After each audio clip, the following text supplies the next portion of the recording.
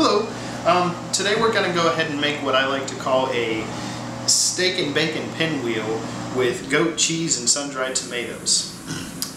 What we have, we're going to start with a very thin, like a skirt steak, very cheap in the grocery store. Some bacon. I have 4 pieces laid out here. You can never have enough bacon.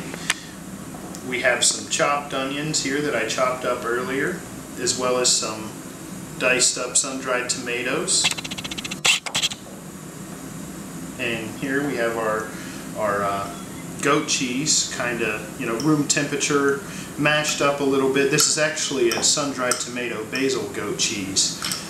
And then we have as well a little bit of sea salt and black pepper that we'll be using to season the steak with.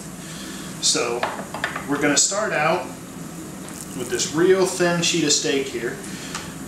You could use whatever type of cut of meat you want, but it's best to pound it out flat if you can. This we actually purchased. It's a thin cut steak, and we're just going to take some of the salt, kind of sprinkle over the top here, and throw a little bit of the pepper on there as well, and take and just rub that in a little bit. Kind of try to work it down in there a little bit, maybe add a little more pepper and a little more salt if need be. You don't have to try too hard. You just kind of work it on in there and then flip it over and do the same sides. And do the same sort of thing. Sprinkle some salt on there and sprinkle a little pepper.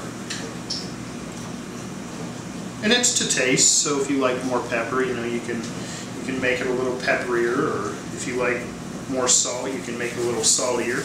I'm kind of a moderate salt and pepper person myself, so just a little bit of each will do just fine. And then what we're going to do with that is we're going to sear it really quick in a frying pan over medium heat. It's just a couple of seconds on both sides with a piece of meat this thin. It's just really quick. Alright, so we have our seared steak here. Like I said, just a couple of seconds. It's still going to look a little red, but yeah, just a couple of seconds on each side. And we'll go ahead and let that set. It doesn't matter if it cools off or anything, because we're going to throw it in the oven to finish it off. What we're going to do now is we're going to go ahead and mix up our goat cheese.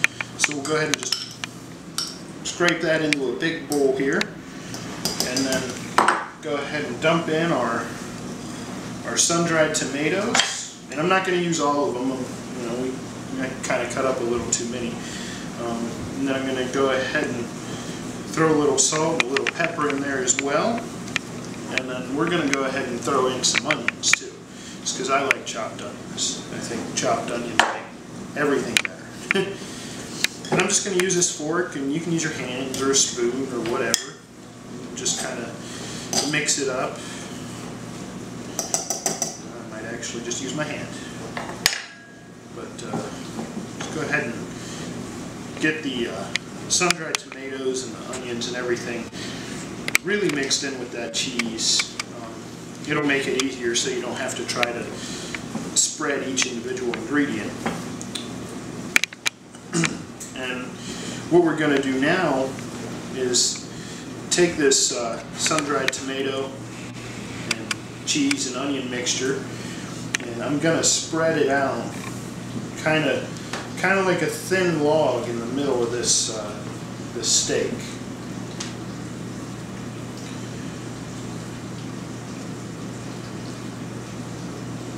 Once we get that pretty well there, I'm going to go ahead and roll this right up inside that steak. So we have our little meat roll there, and this is where the bacon comes in.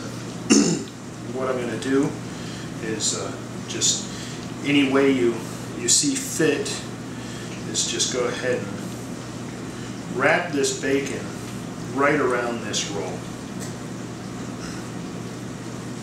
And go ahead and, pull it a little tight if you want to.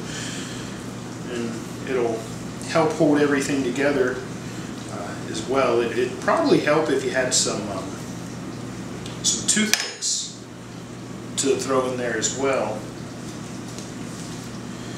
I'll probably, I don't feel like grabbing them right now, but we do have some just to kind of pin it together.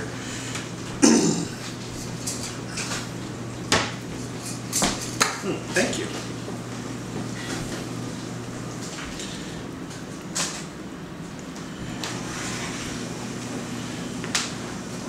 It's all right, but like I said, you can never have enough bacon, right? So I'll just take and wrap this last piece around here too. Once you get it all wrapped up, you're going to take a pan or a dish, something to bake it in. I threw a little olive oil in there. You can spray it or whatever you see fit to do with it, just to keep it from sticking. I like to use olive oil, so that's what we went ahead and put in there. I have the oven preheated already to 375 degrees, and we're going to take this roll and just lift it right up and set it right there in the middle. And it's ready to go into the oven. Set it on in there and set a timer for, we'll check it in about 10 minutes and see how it looks. Okay, so here's our steak and bacon roll. I mistimed a little bit. It took more like 30 minutes or so, but you basically want to keep baking it until the bacon is done. So here it is. Let's go ahead and cut it open and see what it looks like.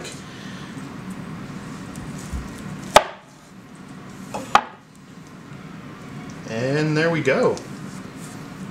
Cheesy. You can smell the sun-dried tomatoes and the cheese and everything, and it looks great, and I'm ready to eat. So thanks for watching.